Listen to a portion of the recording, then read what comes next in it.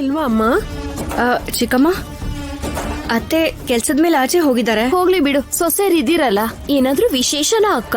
ನಮ್ಮ ಮನೇಲಿ ಪೂಜೆ ಮಾಡಿದ್ವಮ್ಮ, ಪ್ರಸಾದ ತಗೊಳ್ಳಿ. ಹೌದಾ, ಕೊಡಿ.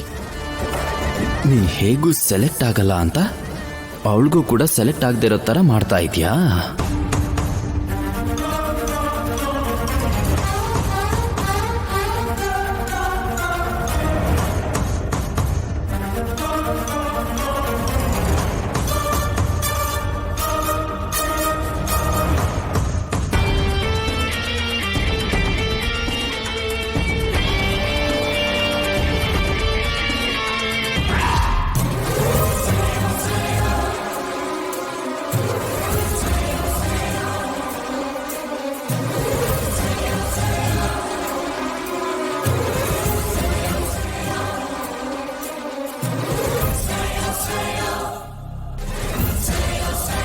ಚಿಕ್ಕಮ್ಮ, ನಾಳೆ ತಿನ್ಬೋದಾ?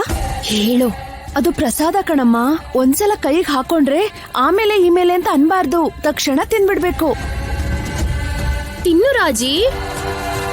ನಮಗ್ ಬೇಕಾದವರು ಪ್ರಸಾದ ತಂದ್ಕೊಟ್ರೆ ತಿನ್ಬಾರ್ದು ಅಂತ ಏನಾದ್ರೂ ಇದ್ಯಾ? ಅದ್ ಹಾಗಲ್ಲ, ಶೌರ್ಯ ಸರ್ ಡಯಟ್ ಸ್ಟ್ರಿಕ್ಟ್ ಆಗಿ ಫಾಲೋ ಮಾಡಕ್ ಹೇಳಿದ್ದಾರೆ. ಅದಕ್ಕೂ ಇದಕ್ಕೂ ಏನ್ ಸಂಬಂಧ? ಅಂದ್ರೆ ವೇಟ್ ಜಾಸ್ತಿ ಆಗುತ್ತೆ ಅಲ್ವಾ? ಹಾಗೆಲ್ಲ ಹೇಳಿ ಪ್ರಸಾದದ ಮರ್ಯಾದೆ ತೆಗಿಬೇಡ. ಬೇಡ ಅನ್ಬೇಡ, ಅನಿಷ್ಟ. ರಾಜಲಕ್ಷ್ಮಿಯಾಗಿ ಭಯ ಪಡ್ತಿದ್ದಾಳಲ್ಲ. ಅದು ಇವತ್ತು ಗೇಮಿಗೆ ಸೆಲೆಕ್ಷನ್ಸ್ ನಡೀತಾ ಇದೆ ಆಂಟಿ. ಅಲ್ಲಿಗೆ ಇರೋ ಕ್ಯಾಟಗರಿಗಿಂತ ಜಾಸ್ತಿ ವೇಟ್ ಇದ್ರೆ ಸೆಲೆಕ್ಟ್ ಮಾಡಲ್ಲ. ಏನೇ ಆಗಿದ್ರು ದೇವ್ರ ದಯೆ ಇದ್ರೆ ಏನೂ ಆಗಲ್ಲ. ಅಷ್ಟಕ್ಕೂ ದೇವ್ರ ಪ್ರಸಾದನ ತಿನ್ನೋದಿಕ್ಕೆ ಯೋಚನೆ ಮಾಡ್ತಿದ್ಯಲ್ಲ. ಏನೋ ಆ ದೇವ್ರೇ ನಿಂಗೆ ಆಶೀರ್ವಾದ ಮಾಡ್ಬೋದು.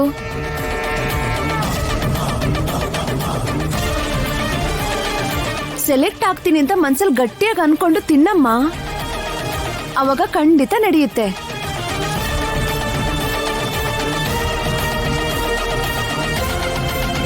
ರಾಜಿ, ನಿನ್ನ ಅಷ್ಟೊಂದು ಕೇಳ್ಕೋಬೇಕ ಅವರು? ತಿನ್ನಮ್ಮ, ನನ್ ಮಾತ್ ಕೇಳು.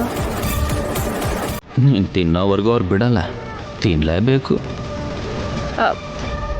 ಸರಿ,